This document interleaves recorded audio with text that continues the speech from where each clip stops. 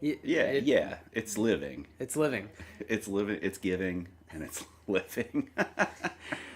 All right. Well, we're live in more senses than one to talk about a book about dying, but also coming back, being real live. So it's kind of a bummer. It's kind of a mixed bag. Yeah, it's definitely a mixed bag. There's, some would say that death defines life. Some probably have said that. Yeah, People yeah. have said all kinds of crazy shit. So this is a special Why We Roll with just the hosts of Why We Roll, That's us. I'm Chris Pickett. and I'm Wythe Marschall. And we are actually in the same room. You can't hear this if you're just listening to the podcast version, but we're like hanging out. If I do a good enough job leveling it, you won't be able to tell. Ooh. So leave a comment, I guess. Leave a review. Challenge. So we're here with a special Why We Roll, just really to announce and celebrate and offer some specifics about Chris's game, which is launching on Kickstarter October 7th. Danse Macabre medieval horror role playing. You've probably heard or seen something about it if you're into indie RPGs, that kind of thing, especially if you follow this show. And this time we're going to try to not repeat things we've said before, but basically just go into a little more depth about the nature of the products as they're coming together, they're shaping up, and especially we have some cool games. Chris is running some games. I'm actually running a couple games, so we're pumped to be able to share those. Some streaming games, as well as one exciting thing, which is an ongoing series, but not infinite, of sort of West Marches, open games anyone can join to really play test and again have fun during the campaign. And then our first ever like big live event. So a few different kinds of things. So we'll get into those specifics. But first, maybe we could just kind of check in, do a little bit of an update, Chris, about the game itself. So maybe to recap, like, what is Danse Macabre, and just real quickly, kind of where are we at today, a month out from going live with taking your idea, as I recall, of several years at this point. Yeah, a couple years. Trying to like print it, which is, it always changes. And so I don't know if you want to sort of start by just being like, I don't know, this is what I wanted to do, and this is what it seemed like we're doing, and we can just talk about it. I don't know. Well, we're doing what I wanted to do, which is great. But yeah, I mean, definitely the game has changed over time. Longtime listeners of the show will remember that we had published a book last year, which is called Danse Macabre Prima Mors, which was kind of a first foray into the world, kind of a first exploration of the concepts in it. Which, if you're not familiar, the idea is that in the mid 14th century, in the 1300s, death has stopped working how it used to. And now when people die, they are revived within a few hours, and they come back with these body horror, Cronenbergian body horror mutations, which in the game we call maleficia. The player characters are called pilgrims. You are conscripted convicts who are kind of forced to go out and find this resource that's called quintessence, the only thing that allows people to die a natural death where you don't come back as a messed up tentacle dude or something. You know what I mean? I do know what you mean. Yeah, you know what I mean. So we put out Prima Mors last year. Like I said, it was kind of an early attempt. A lot of just exploring the kind of ideas. We had a general kind of worldwide setting that presented 3 specific places, which was Constantinople, Granada, and Avignon in the south of France. One big change between now and then, certainly, is that we decided to focus just on Constantinople. It was something that while we were developing things, I really wanted to, have the time to go in depth with a location, with a setting, and like really dig in, look at factions, look at the politics, look at the real history of the place, and adapt it into this kind of apocalypse of unlife setting that we had. I think, out of the 3, we were kind of most excited about Constantinople, about the kind of political situation there. We've set it up so that it is a diarchy. So it's now ran by both by a faction of Ottomans as well as the Byzantine Greeks. So that's very exciting. That's been built out quite a bit. I am currently wrapping up the big lore chapter about Constantinople, about the dozen factions, the literally dozen factions that are in the book, which has been really fun. It's been really exciting to get to delve into the history again and really, work my brain to the bone, trying to figure out like how they would interpret this apocalypse and how people would react to it, and how to make it interesting and like toothsome Yeah, for players, yeah. if that makes sense. No, it totally makes sense. And with Paris, which we'll spend a little probably less time on, but we can speak to more. The book I'm writing, it's like the same problem. Like there's a lot of stuff to say Yeah. about real medieval history, but how much of it can be operationalized in Right. a quest in a fun way, and without dumbing anything down about events before 1360, without while still trying to kind of like get the sources right or understand the bigger picture. It's like we don't have time to do PhDs in history. Right. So we're working with a lot of secondary sources and just kind of thinking, okay, what is a factoid that becomes, an encounter, a weapon, a note about a social kind of, a plot. Versus what's something interesting that like ultimately needs to be cut. And I'm running into it because I've gotten so bogged down with specifically like Paris as a place and the architecture and the streets. So it's interesting to think about with Constantinople, very different and in such a deep, rich history. Possibly one of the hardest settings in that sense of like, I guess equivalent ones would be like, I don't know, Beijing, Rome, these places where you would just have like so much stuff, literally so many roads and houses and churches and things that go back. Paris is up there in terms of like, it's been around a while. There's a lot of churches. Oh yeah, for sure. So at some point I had to be like, okay, this D100 list is going to be a D20 list because like how many églises does it really? Like it doesn't matter, right? It's just to get some flavor, get some plot hooks. Well, and hopefully folks running the game, GMs, which in the book we call chroniclers, are able to take a look at these different settings, and even though they'll never be totally complete, right? Like like you said, we're not getting PhDs in history. Like I love history. I consider myself an armchair medievalist, but that's very casual, you know. So doing our best to like give it life, to give it a lot of texture, but also like allowing space for people who are running and playing the games to explore and to add their own stories into it, which is kind of of primary importance to me in a lot of ways. Synecdoche versus simulationism is a big thing in games. So we're not trying to accurately simulate the whole medieval world in a completely unbiased and complete way in 1390. We're trying to provide these props, these pieces that stand in for social worlds in a more or less unbiased way that is really fun in terms of a zombie, apocalypse type game that has a social component, but there is a large like kind of old school artifact retrieval sort of wilderness crawl, dungeon crawl component. So to take it all the way back, you had a 2d6 version with a kind of rules light OSR approach, and that was up on itch and was cool, and we played it actually in the show in the very beginning. Yeah, we did. Second episode or something. We did, yeah. And then it evolved to Prima Mors, which was using the grid system, and was much closer to what it is now. But the full version, there are some differences. So I thought if you wanted, you could tell us a little about what's changed in writing out. It's still not terribly long, but we're aiming to be around 200 pages in A5, some of which is setting. There's lots of encounters. There's lots of, there's 100 mutations. Yeah, there's a lot of mutations. That's a big chunk.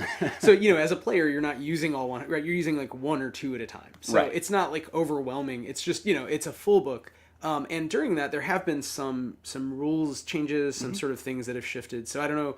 And even the language, actually. So you can kind of take it however you want. But what are some recent things over the summer that you've kind of ironed out and decided, having now written kind of the full version and not the quick start version? Yeah, I mean, one big change for players specifically is kind of the starting background classes that you can start as. I think in Prima Mors we had 6 different backgrounds, and they were kind of highly specific, right? It was like you could be the apothecary or the soldier, things like that were a little bit more playbook style, which is something that I like, but I didn't feel like it fit the kind of overall OSR vibe of the game, just through playtesting and whatnot.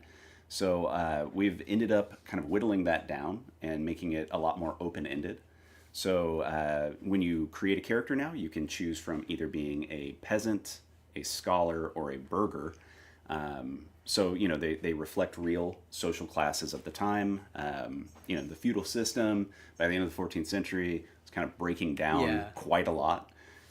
So the kind of like classic, those who work, those who pray, those who fight, had dissolved to a large part. But kind of taking that as inspiration, we're using these 3 character classes. And each one of them has unique kind of starting background powers that you can choose from. But then after that, you're all pilgrims. So every time you advance a level, you can choose these advanced powers that it's a big pool that everybody shares from. There are 100 advanced powers. They're kind of divided between combat, survival, and social powers. But it allows players to really customize their character And even if they're, like say you roll up or you create a scholar and you're like, oh man, I'm not very fighty and I keep dying and getting more mutations. Well, there's options, right? So as you advance, as you kind of move forward narratively, you're able to really tweak your character however you want, however you see fit. And that can be narrative, it can be kind of power gamey, kind of like whatever people prefer at the table, really. I'm trying to cater to both in a lot of ways. And it works also at the level of game design. So one of the companion volume, Guide to the Abandoned World, has some new classes. And like what I did with the ones in Muromachi, Japan. So Japan, under the Ashikaga shogunate, had just gone through a sort of minor civil war that was like would presage in real life this like long period of civil war that would follow well after 1390. But basically, there was a very well established samurai class that's a little bit different from feudal orders in the West, although obviously there's parallels. So I thought, okay, that'll be a cool starting point, and I'll look at what Chris has for advanced powers because there's so many. And then building, each class is basically a list of 20 powers to choose from. When you create a character, you get 3. And so I thought, okay, I'll do some new ones that are very reflective of this social world, this type of class that's still very rigid in a certain way, Right. But in other ways, it's just not one-to-one. It's not apples to apples in all ways. But in other ways, there are a lot of similarities. So, okay, I'll look at some advanced powers that would be possessed by still like kind of a noble class built on fighting, right? On actually controlling the ability to fight and what arms circulate and all this stuff. Whereas, in the West, you had more of this kind of breakdown of like, fighting had moved into this kind of mercenary world already. Yeah, so for sure. well before a lot of other... It's funny, like before banking got figured out, really...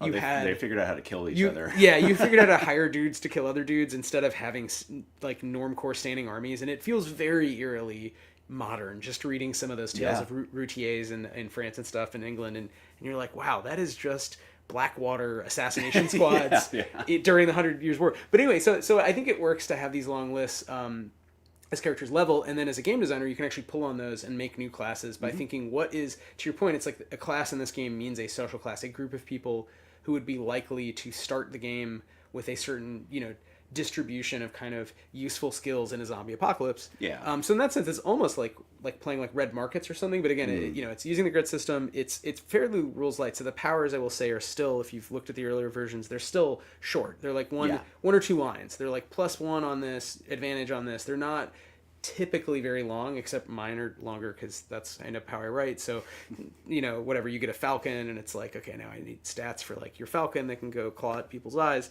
But yeah, the game is cool, and I think the guide will offer versions that are, I think, pretty closely aligned, but show how Chris's vision can be taken to these other places. And I think we've said, like, over time, maybe that would be cool to have, Danse Macabre in different settings and kind of that franchise. If again, if people play the game, we have plenty of ideas, right? Yeah, for sure. Yeah. So, I mean, before we get into other offerings, such as the guide, which is very exciting, just some other stuff that's changed in the book, or it's just developed out of playtesting and out of like getting a better feel for how things run.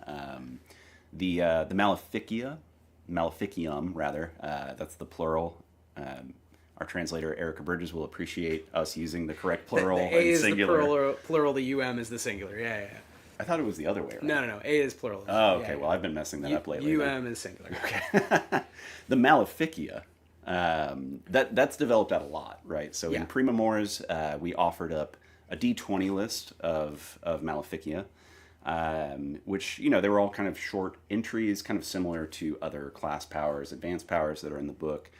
But we've kind of moved in a direction where there's just a lot more of them. It's a lot. There are. It's a D100 table, and something that I'm very excited about is that each one of those entries for mutations has 3 different levels to it. So it allows some flexibility when you're rolling on that table. When you die, your character comes back within D4 hours, so between 1 and 4 hours. And then kind of in the interim, you're rolling on a couple of different things to see what happens to them. So, if you have a Maleficium and you roll the same thing on the table, you don't have to re-roll, you don't have to do anything. It just advances 1 level. And in now in all cases, the power just gets better. It gets stronger. It gets more useful. Sometimes becomes a little bit cheaper in grit, or sometimes gives you an option to burn more grit in order to kind of like express a higher level of that power. And they all, no matter what level your mutation is at, it shares just one kind of very simple drawback, downside, which feels good. I think that it makes getting the mutations much more interesting. I think that it kind of gives you something to play around with. And, there's also an option when you advance as a character, instead of taking a new power that you're choosing from the advanced powers list, you can choose to level up one of your Maleficia, which I just think is kind of funny and fun. To reflect that, like, oh, I'm getting better at something. And maybe it's that you've learned a new skill, or maybe it's just that you have learned how to better use your messed up body horror mutation for your advantage, You're giving into it. Like we talked about the Videodrome. Like, yeah. Is it that you're being, controlled, or you're embracing something, and we don't necessarily know, So leaving that interpretation open to players, I think, is nice, because mechanically, it's fairly simple. It is a long list, but you, like I said, you're usually looking at one at a time, and you might have to start 0 to 3, and over the course of a game, I mean, depends how many sessions you play, but you probably won't have that many to keep track of. So it becomes much more sort of a question of, either if I rolled randomly, what character does that, how would that change someone's personality? Or if I didn't roll randomly and just pick stuff, what am I picking and why? So there's tons of options, right? There's 100 ideas baseline, and then they kind of get weirder. So I think that's fun. I will say also in Guide, in the companion volume, there's some cool ones, like our friend Michael J. Cohen came up with a bunch that are more sort of bestial and specific to, like, you're kind of becoming a human zombie version of an animal that would be in the Pacific Northwest, and I think that we've talked about, like, why would that be, and I think it's interesting to think that maybe Maleficia are a little different based on the person who dies beliefs, or what they think bodies are and how bodies work and participate in kind of a, this is all anachronistic, but a larger kind of environment or whatever. Right. So I think it's cool that you wrote out enough options where it actually works played straight. You can just roll randomly. It's sort of a grinder OSR thing, or you can create these kind of purpose-built, like, in this little world, or I shouldn't say little, but in this social, context, here's how bodies kind of work, and it doesn't really change the mechanics. You don't need, it's not like a new game, or, oh, this is a really different version. It's like, I don't know, that's just how things are as far as we know in this place. And I think it gives GMs, chroniclers, some nice options. And certainly players. I mean, for players, I would also like to really build out some final pregens that are just kind of more playbooky and, like, really fun. Because we've had a lot of fun with seeing what players come up with, and I think it'd be great to have almost, like, label them. Like, maybe we do go back to, like, some of the pregens. It's like blah blah blah the archer, or blah blah blah the arsonist. Like I think for specific characters that works great. And then a first time player can say, cool, I want to be that, but then they realize, like, oh, this is weird. This is not like the Legoless archer, right? It's, no elves. No magic. That has not changed. That has not changed. What's some other stuff? I mean, the book is expanded out so much from Prima Mors. There are, like, a slew of optional kind of wilderness crawl rules that you can implement. We've also got some interesting options around death and dying now, which I'm super excited about. One of them is just that for tables that want a little bit more high tension around dying and reviving, and I guess I should contextualize it right. If you die too many times, you lose yourself. You become what is called a demoniac in the game. It's the literal translation is just someone who is possessed by a demon. Again, just kind of a framing kind of thing. But you become a zombie, right? You are not yourself anymore. You're this kind of, like, reasonless. I don't know. You're a pure id. It's pure a trope id. In all folklore. I mean, and again, we people interpret it differently in the different settings, but mechanically, same difference. You die more than your max fervor dice, whatever that is. So if you put a D4 at fervor, you can only die four times. Come back 4 times. On the 5th time, you will be a demoniac. You become a bad guy, and that can be played out, or just sort of, we can sort of see the fade to black, and then it's like, okay, make a new character. Right. But you introduce these optional rules to sort of create more tension, and I think there's a couple of them. So Yeah, I mean, so one of them is that just every time you die, you roll your fervor score, and depending on the number of times you've died, it kind of changes the target value that you're trying to hit, and it just the roll gets harder every single time. So if you fail that score, you're just a demoniac. It doesn't matter what your max fervor is, anything like that, and that is an optional rule. Like so, the base rule is that once you exceed your fervor score, boom, it's all over. This one, again, like tables that want more tension, that want a little bit more like kind of grinder gameplay, or just to like, frankly feel scared. More zombie apocalypse genre, I think also, right? But it introduces a lot more uncertainty into the mix, which I think is great. And then, likewise, too, we have an optional table for humanity loss, which is kind of, it's expounded on narratively a lot in the book, but not really mechanicalized in a lot of places. So we have this D20 table. It's all narrative hooks, essentially, but it's just like examples of like what pieces of yourself are kind of stripped away through this process. So it can be like your appetite or your empathy for other people, right? All kinds of stuff. Which is very inspired by like the Metamorphosis by Kafka, or No Longer Human. What's the Ozai? Is that the author of that book? Yeah, I don't know. Yeah, but yeah, just kind of more like existential kind of inspiration for that. So again, not super mechanical, but I think it adds that extra bit of flavor, extra bit of push to like help players role play those changes that happen not only to their body but also to their self, the concept of self, right? Yeah, it's very dark. We tried it last night for the first time, this optional rule. The whole party wiped. They fought some gargoyles, some demoniacs underground who become sort of, their skin is sort of camouflaged with the limestone and also hardened.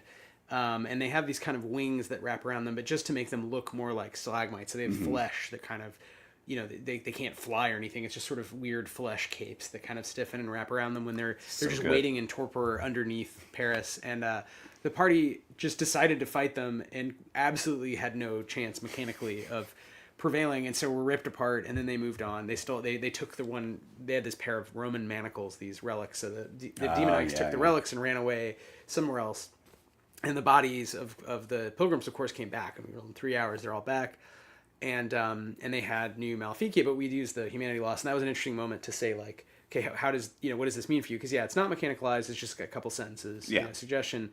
But I think it brings it very much into that, again, Walking Dead or Red Market's kind of terrain of, like, this is a brutal game, it's a brutal world, it's not a happy, heroic, we're going to save the day. Because even if you do something cool, it's sort of regionally cool, but worldwide there's an apocalypse, and it's probably at the cost, you're probably losing pieces of yourself. And if you use this optional rule, you're incentivized. There's not really you do whatever you want with it, but sort of, okay, you are constantly hungry, you can't be sated, or you've lost your appetite. You can't even enjoy, like, you can't enjoy those human pleasures, those earthly pleasures. Yeah. So I think it reminds me of some of the Hieronymus Bosch inspiration, the kind of medieval ideas of like being in hell. I mean, so basically Dante and Bosch, Dante's a little before this period, Bosch a little after, but they're still kind of among a bunch of writers, and artists, these kind of key figures thinking about like demons and hell and these relationships before it all gets concretized into now the kind of D&D like celestial order version. Avernus. Yeah. Whatever. And I think it's cool that how does Danse Macabre draw on that without, it doesn't rebuild. There is no like, here's the table of all the demoniacs and the sort of species of them, how they fit together. Right. It's not that. It's much more like folklore. It's like, I don't know, maybe there's a guy who's like this and he's weird, but maybe it's different somewhere else. Yeah. I mean, we have some named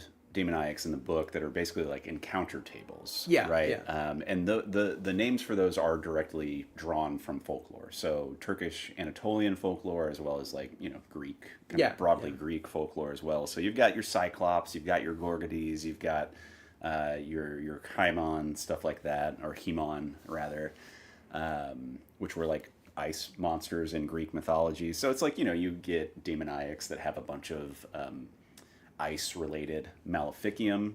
That's how they're going to be interpreted at the time. So we have those named demoniacs, but we really tried to focus on framing it the way that somebody from that place and from that time would frame it, right? How would they interpret what they're seeing based off of their experiences and also the stories that they've heard growing up.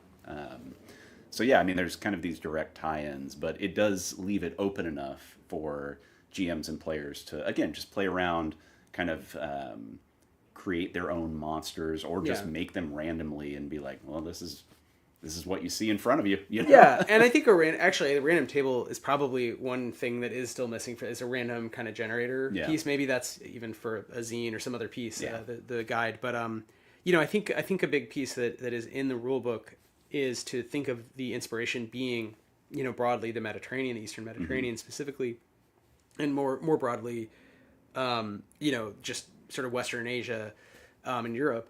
And then in the guide, we have a lot of different things. So, for example, in the chapter on Japan, looking at yokai and what a lot of yokai are written about later. So it's like, okay, what was written about in the Muromachi period? But I was surprised how far back they go. The idea of tsukumogami, the idea of like you have weird objects that are possessed by spirits in a way that is deleterious. But I thought, okay, what if it's like a zombie with a weird object? A guy who's kind of merged with a barrel. So it's like a barrel with human arms and legs attacking you. Yeah. And on the one hand, it's like Doctor Who-ish and like weird. But on the other hand, like maybe just from maybe there's still a lot of liquid in it, and this guy weighs like 900 pounds and can crush you.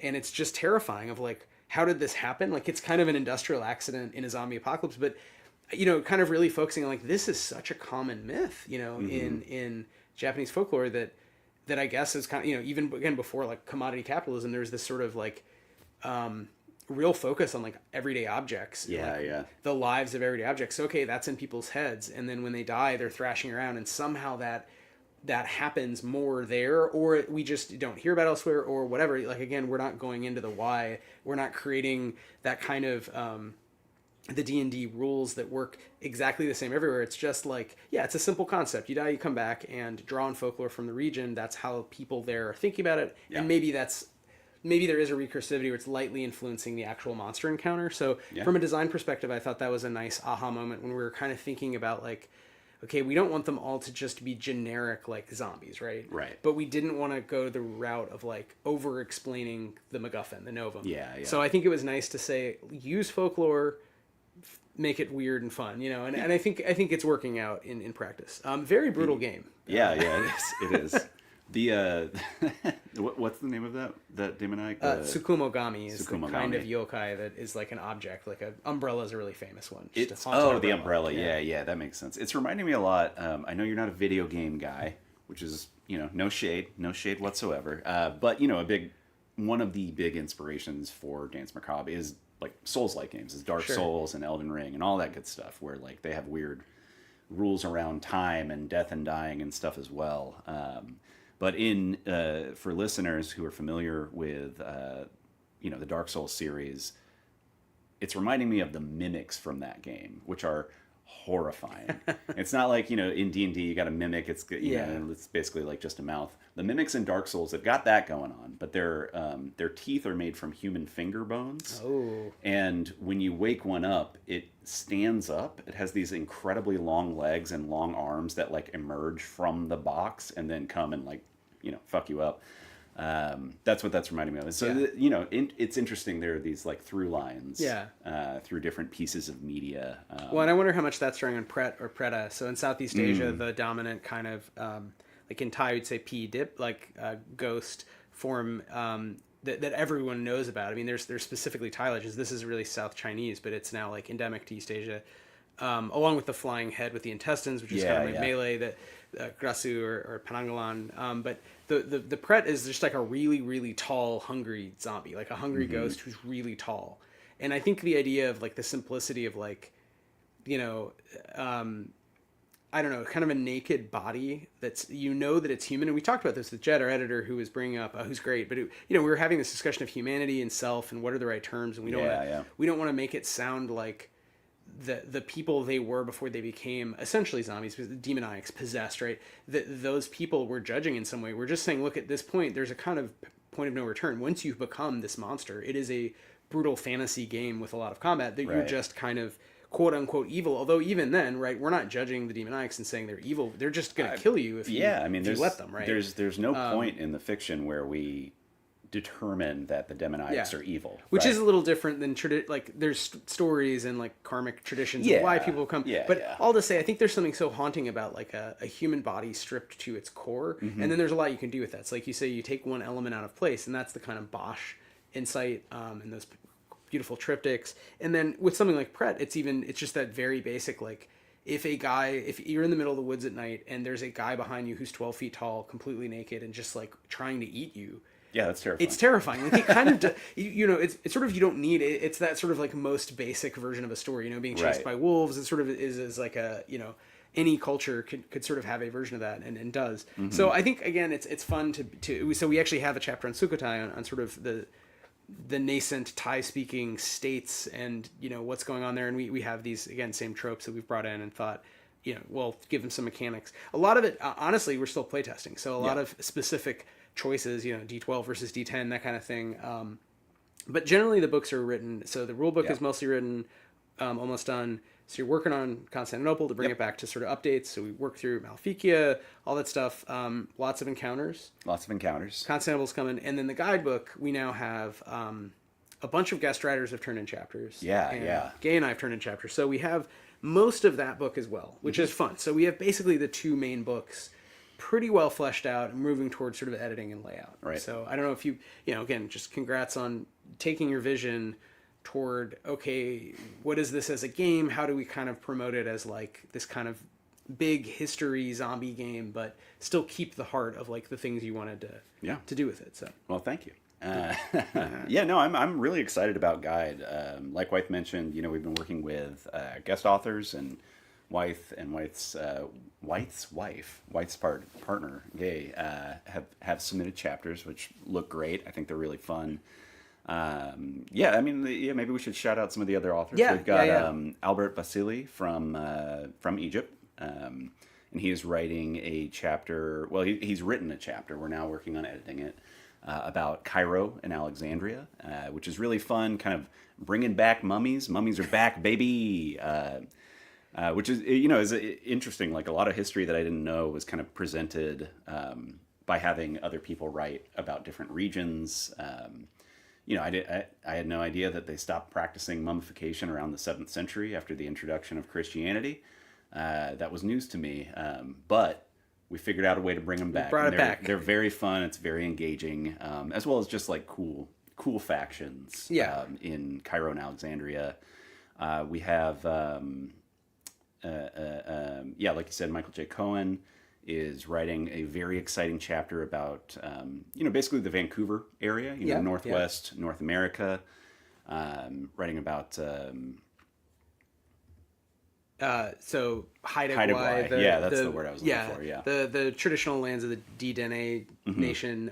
So around basically Vancouver today, but again, nation states are not a thing globally. No, they weren't a thing yet. They're much more a thing, I think, in these areas in Europe where you have longer histories of dividing up territory based on whose son, whatever, the sort of the legacy of Charlemagne and the Holy Roman Empire in France and stuff. And so I think in other parts of the world, I don't know exactly, we talk about the mandala states a bit in Thailand, but, for some of these other parts of the world, we wouldn't have known. And we've said before, it was really lucky to just have a friend who offered to write something. Because he felt, it'd be cool to sort of represent it and learn that history himself and draw some cool shit. So, it's interesting to take folklore, with a very different kind of situation materially, but it's the same time period, and then say, okay, well, people are people, and there's going to be this sort of, there's an apocalypse, and there's a reaction to it, and it changes kind of factions and whatnot. So again, that's going to be a beautiful chapter. I was just double checking kind of what our list here. So we also have Lithuania by Constantine Paradius, who's a really cool writer, and I think we might have said, but just to underline, Lithuania was the last pagan state. Yeah, it's so cool. Really, I think Western Asia, I think there were areas that were, obviously Christian and Muslim, and then you also had areas that were, had some sort of, as you go further east, obviously there's Hinduism, and then there's kind of the Chinese state religion that's blending, Buddhism and animism. But I think in Lithuania, it was straight up just Viking style. It was a religion that is closer to that sort of kind of Norse tradition, where all the other states around it had gone Christian, basically, right? Yeah, more or less, yeah. But yeah, I mean, it's similar to similar to Norse belief in some ways. I mean, it's very different, right? But I mean, they still had druids called Drui, which is really interesting. and a whole pantheon of gods that Constantine kind of elaborates on in the chapter. Just to it's interesting history. It's interesting kind of context for everything. But it also I think narratively it does operate a little bit differently than a lot of the other places that we're exploring that are kind of like more Christian, Islam, some Jewish diaspora, things like that. But just offering that different perspective. Since the Teutonic Knights were like trying to Christianize it when the zombie apocalypse happened. So it's a great setting for all these reasons. And there's a lot of power shifts at really at any point in time. I mean, there's one, today outside our window. So the game, of course, without trying to be, it's trying to be this meditation on history, but it ends up being a reflection on, of course, there's massive social shifts because of normal shitbaggery in politics. And then you have, apocalypses, you have revelations, new worlds. So whether we want to take that to be about, AI or probably climate disruption is the big one, right? Either way, I think you can't help but read this stuff that's deeply researched and that's really fun and written by GMs for, by game designers. So it's broken up. Like I will say the main book, to go back to that for a moment, it's still short in the sense that each section is short. So it just has more sections, but it sort of is a book that is, I think, a little different than Stillfleet in that sense, where it's much more sort of procedural and like, look, if you want to see this, if you need a table about that, go here or skip it, whatever, keep moving. But it doesn't have a ton other than the Constantinople chapter of kind of those long, which is more of a setting, it's not so focused on setting. The guidebook is interesting in that the chapters are short, but they are these meditations on a region. So they do have rules, but they also are trying to surface like, okay, just what was going on in 1390. I mean, it's at some point arbitrary, but it's also like, it's kind of fun. It's just a fun Wikipedia whole, project. And as a game designer, okay, what can I do with that, right? So she said there's the Druid, there's the Teutonic Order, who are still kind of stuck there, right? They built a whole city and a castle. The apocalypse breaks out, and they're like, fuck, is this a sign from God, one way or the other, right? And so, they're kind of, in some ways, clumsy villains, and there are factions throughout where you're just like, how would you be sympathetic? But we've tried to kind of treat everyone as like, wherever they were, they're people. They're trying to do whatever they can to more or less grab power often. And then, this changes things. So I think it'll be a fun book. To shout out Leo Andrade, we should also mention. Yeah, definitely. Yeah, Leo is writing a chapter on southern England, which is super interesting. I mean, again, kind of meditating on like the tension between Christianity and like at least in that setting, a kind of prior paganism that's seeing this kind of, what's the word I'm looking for? Revival movement that's happening because of the abandonment, the kind of like grand event or era that has kind of led to this, curse of undeath. But yeah, no, I mean, that one's super fun. Ethan Guldini is writing up a chapter on Venice, which is super interesting. I think it's probably the most in-depth chapter as far as like quests and it's like a full quest where Venezia is like this empire that has really gone proto-capitalist. I mean, I think he really took the note and ran with it of this accelerates certain activities, and that they're really the big news is that Venice is just using demoniacs in warfare even more. Like I think this has come up in the other chapters, but I think that creates a kind of interesting, almost like bad guy state at a higher level, this sort of risk playing board level for the Mediterranean. And of course, if you can also be, there's a faction of just people of Venice who are sort of rising up or want to do something about the Senate. So I think it's interesting to kind of think about some of these trends and where they go. And with Leo, we talked a bit about the 100 Years' War. And on Sunken, the book on France and how sort of the French and the English would or wouldn't keep fighting during a zombie apocalypse. And I was adamant they have to keep fighting they have to keep fighting. It's that hatred, so much funnier. The cultural hatred between France and England throughout most of modern history, frankly, but also like very specifically during that time was so intense that like it's almost as if large portions of both cultures were just built around that animosity in a lot of ways. And also, I mean, it was highly profitable and, drove so much of the politics at the time. It's like, you got to keep it going. Just because there's zombies between you doesn't mean you're not still going to, like, go fuck up an Englishman, right? And the Spider-Man meme thing of, like, they're kind of the same class, and they only... I mean, there are ways in which that tension emerges pretty quickly after the Norman Conquest, but basically... they're the same people, they're cadet branches of the same houses fighting each other a few generations removed. So I think there's that kind of like sibling rivalry. Oh, yeah, for sure. It's fun to think about how. So I think what Leo did is sort of have two major factions in London of kind of pro-war with France, anti-war with France. Let's focus on apocalypse, right? Mm-hmm. And I think that that's a good move, along with the new Britannic people, Right. the sort of Celtic revival. So I think there's a lot going on in these short chapters for GMs to kind of run with, and if there's, hopefully our hope is, I think, right, correct me if I'm wrong, that GMs will either see specific stories there and run with them, or be like, ooh, I see what they're doing. I'm going to do this for insert region. I know more about like what's happening in Bolivia at this time, right? And the Inca, and other peoples, and like what are any chapter that we just didn't get to, we don't have the resources. We're going to hopefully publish more, but we present that's the plan for sure. But I mean, small company, we got limited resources. There's only so much time in a day, so we're doing a lot. We're doing quite a bit with what we've got. But and we even say, rules wise, you can't cover every single situation that's going to crop up. Right. We cannot cover every single corner of the world, but we are trying to be ecumenical and trying to represent as much as we can, right. Without focusing too much on one place or the other, and especially not putting value judgments on any one place over the other as well. Like, it's very important that we continue that practice as we're kind of like working things out. Yeah, and we're playtesting. So the third book is Unsunken Paris Below, the Mega Dungeon book I've been writing. Chris and I worked on the outline, and it's been really fun and different. We're playtesting it. Last night we met again. Big shout out to Ben and Jeff and Christian and Gay and Chris.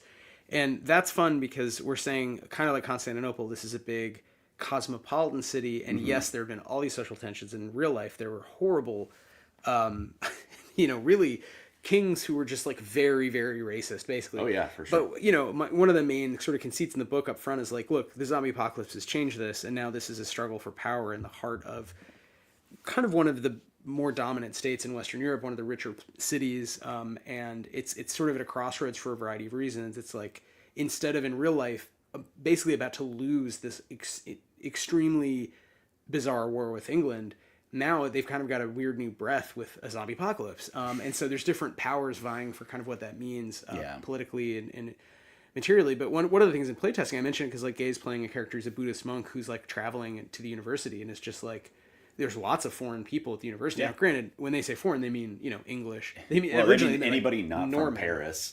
Yeah, anyone not from the Ile-de-France or whatever. But I mean, that's actually grown over time, right? So that was 200 years ago. Now you could easily be from the Byzantine Empire or upstate of the Byzantine Empire, IRL, right at this time. And probably there weren't many non-Christians, but like in our world, we'll just say again, in the last 30 years, that distinction has dropped away. Yeah. People still have faith in something. There is quintessence, right? There's artifacts that glow, these relics. When you sing at them and they let you die normally, they often scare off demoniacs. Demoniacs want them when they're not activated.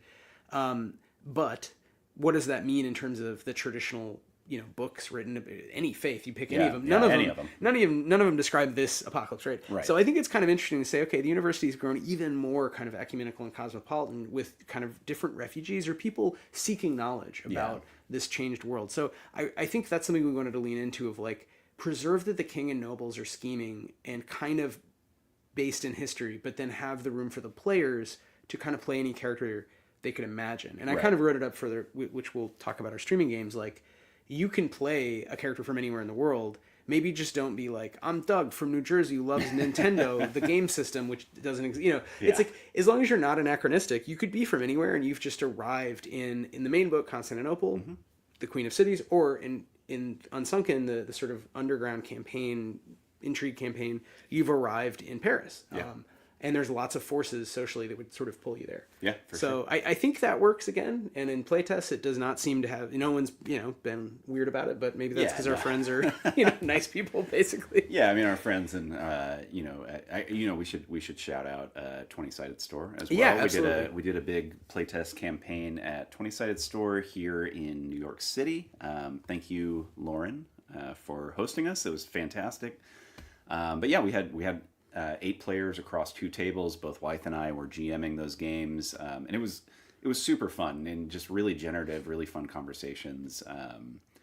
And again, folks just really exploring, like, okay, well, like, where am I from in this game, and like, how did I end up in Constantinople? How did I end up as a pilgrim, as a conscripted criminal? Which is great. And, like people really ran with a bunch of different like wild backstories and just like how they got to where they were. It was so much fun. But yeah, all that's to say is like, we're still actively playtesting as we're kind of moving forward. And that, that's something that'll never stop, right? We'll hopefully continue publishing and putting out more modules, and who knows, in a couple of years maybe a second edition or something. We'll see. But it's an ever mutating thing that we've got. You see what I did there? See what you did there. See what I did there? And so big shout out to Lauren Blanco, 20-sided store, and all of our players. That was a really fun playtest, and we came up with some wild stuff, playing off of course, these two tables that we tried to kind of have on sort of opposite ends of the same quest and then come together, which is always fun to be able to do that in real life too, where you get more of the energy of like they can hear each other. It's like loud. I mentioned, so I think it's timely. Maybe we can turn to like some upcoming games. So we actually have a number of games, some of which are open, some of which are sort of streams we're going to do with really friends of friends, to play test the game and show it off. And honestly, for fun, because why not, right? It's sort of an excuse. It's the burden of running a Kickstarter, and we can talk a little about that and kind of fatigue and like how we put these things together. But it is also on a positive side, it's a fun thing of, well, we have to talk about it. I guess let's try to get all our friends to play it, because in a way, like, we have to, but also like, man, I know it'll be fun, right? I'll set aside that Sunday afternoon. It'll be really fun. Yeah. I mean, it definitely is like, oh, well, we need content. That's a thing, right? That's fair. There's a pressure. There is a pressure for that, but also like it is the best part about designing the game and working on it and getting it to like moving it through fruition into maturity. All that kind of stuff is just being able to like sit down and play it with people that you like, and getting feedback, of course, but also just, I don't know, just like inhabiting the world. It's fun. I love, no matter how, tired or like burnt out or anything, like I love running the game. I love playing in the game. And so, I mean, that's just to say I'm looking forward to our streaming games throughout the Kickstarter campaign. And I mean, we're starting actually this month before the Kickstarter kicks off. We're on September 20th. We're going to be on the Weekly Scroll. That's right. Which is very exciting. They're a cool podcast. They're cool dudes. I don't know. No, they're really great. We played a game of Blister Critters with them, and it was a lot of fun. And I think this will be another short game like that, high energy. Yeah. Us and the Weekly Scroll, and we'll be talking about it as we play a little bit. And I think that'll be great as a kind of exegetical AP, to use the shout out to Wes Franks from Plus One XP for talking to me about this. The idea of an exegetical AP being to explain the fucking game. So I think that'll be great and fun. September 20th. So tune into Weekly Scroll and just follow them in general. They're great. They show off lots of great indie RPGs. And I think that'll be a good teaser for the campaign. Now, right before the campaign goes live, you're running another game with some friends of ours I'm playing in. Yeah. We're gonna be playing a game with Zoe and Mac from the Maniculum podcast, which is one of my favorite podcasts. Medieval history podcast. Yeah, it's taking medieval history and medievalism, which is something we talked about. We actually we just recorded an episode with them for the Maniculum, talking about Danse Macabre. Talking about the difference between medieval studies and medievalism, how to use medievalism in games. Really fun conversation. But we're going to have them on stream with us, as well as our good buddy Leo Andrade, who, like we mentioned, writing our chapter on Southern England in the guide.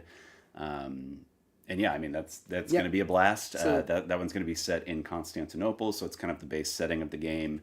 But we're gonna get into some antics. I think it'll be fun. That's October 5th also, and that'll be on this stream. So September 20th will be on Weekly Scroll, and we'll post about this on socials. But just to sort of throw it out there, it's just some big announcements. October 5th will be on this stream, and we'll have a bunch of shows after that on this stream.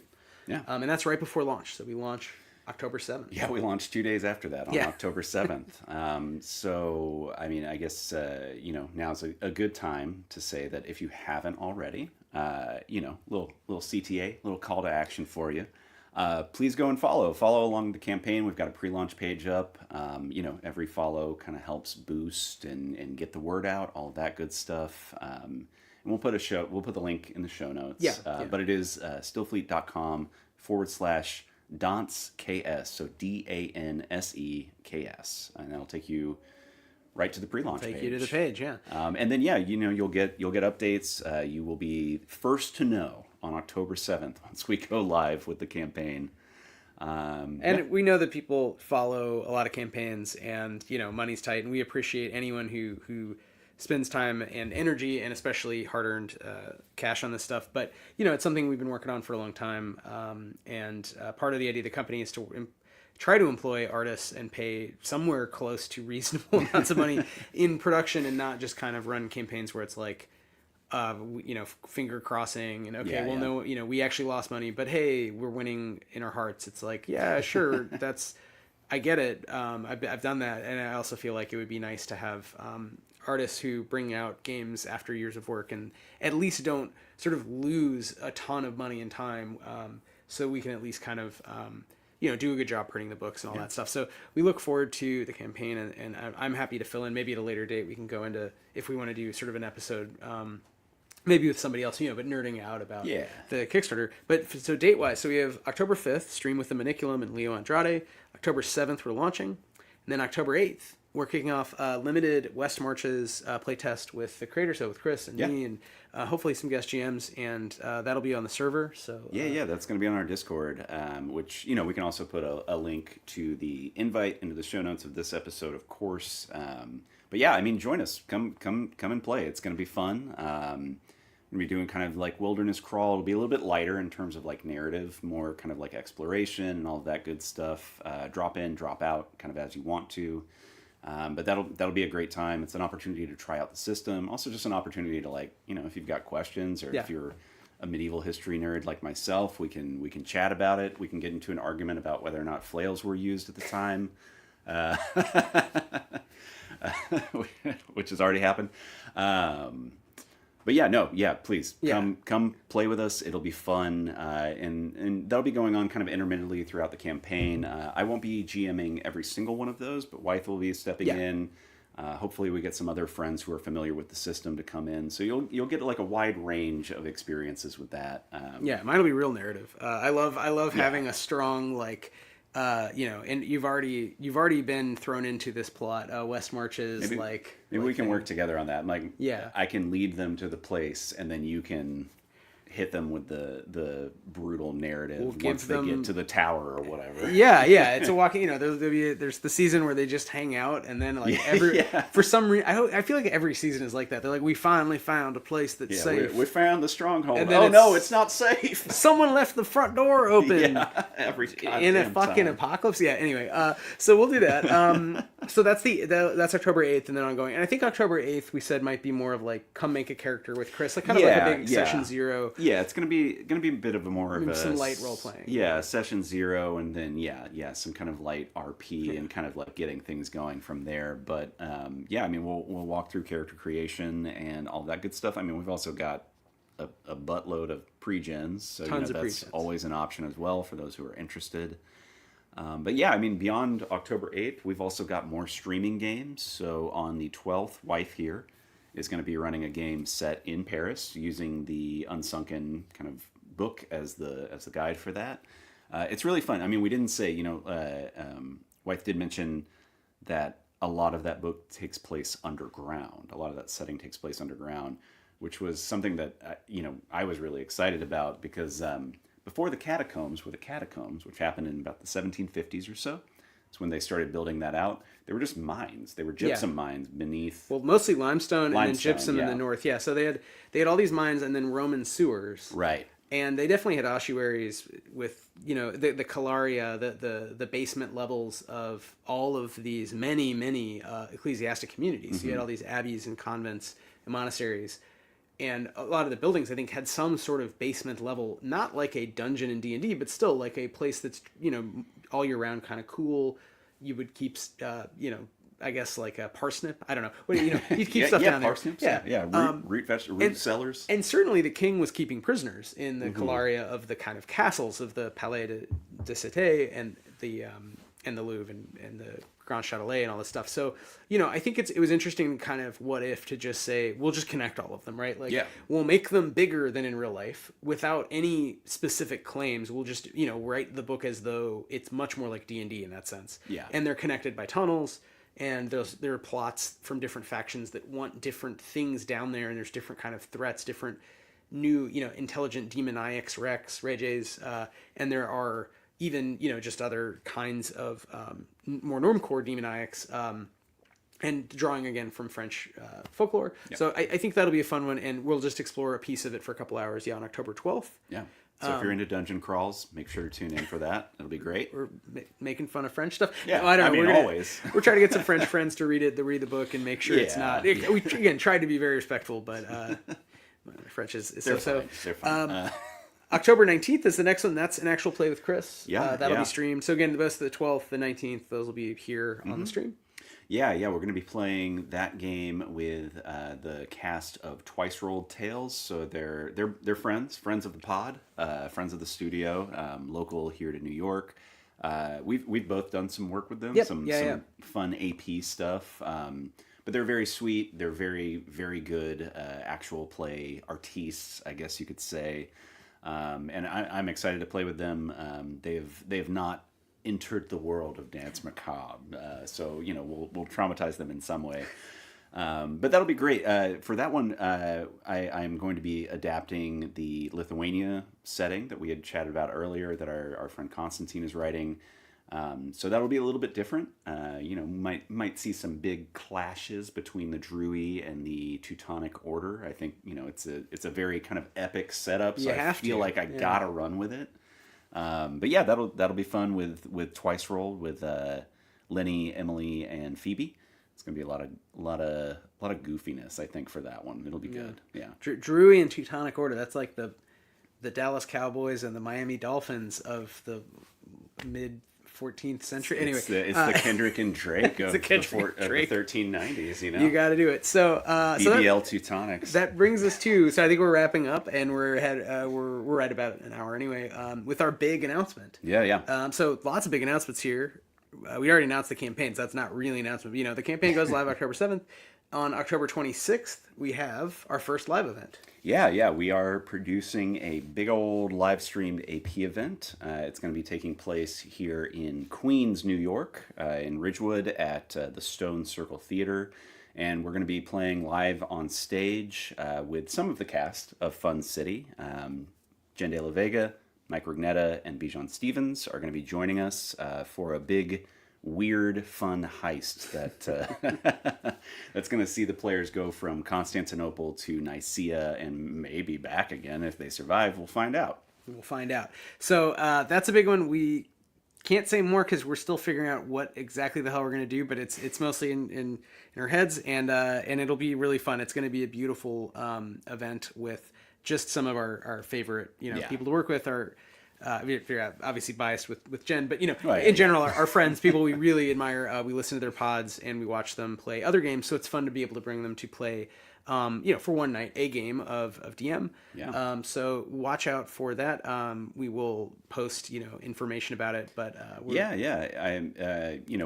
post about tickets and all that stuff as it comes up. We're ironing it out at the moment, but we'll post an update once ticket sales go live and all that good stuff. But if you are in New York or nearby, come through. It's going to be a really good time.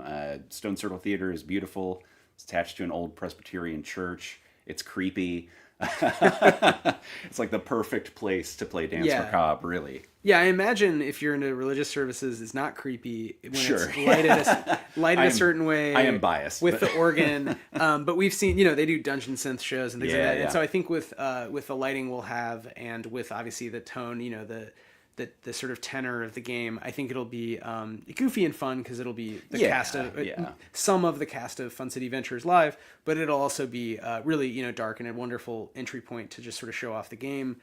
With the energy that you only get from a live audience, right? People yelling and gasping, hopefully, maybe fainting. I don't know. So maybe.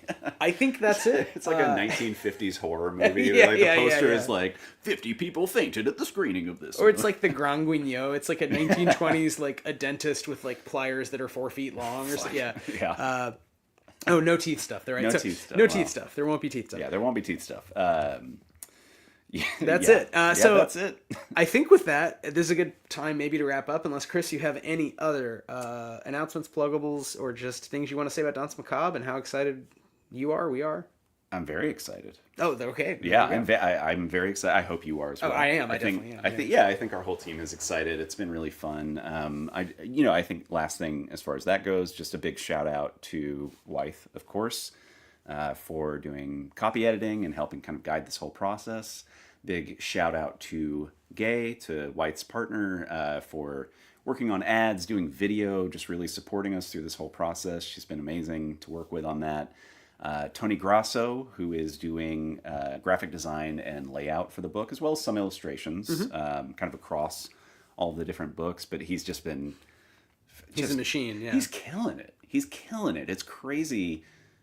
It's crazy to give him a brief and just like watch it happen. It's incredible. And of course to Ethan Goldini, working on some illustrations, working on that Venice chapter, really helping support everything.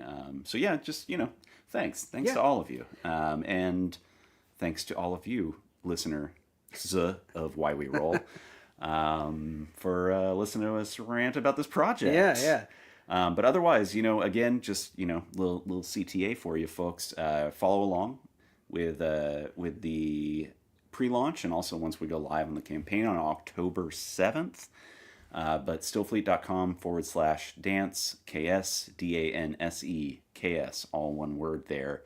But yeah, follow along, share with your friends who are into OSR, who are into zombies, who are into medieval history, or just into indie TTRPGs and the Herculean labor of love that is this cottage industry. No AI and no AI. A lot of Wikipedia and a lot of library books, but no AI.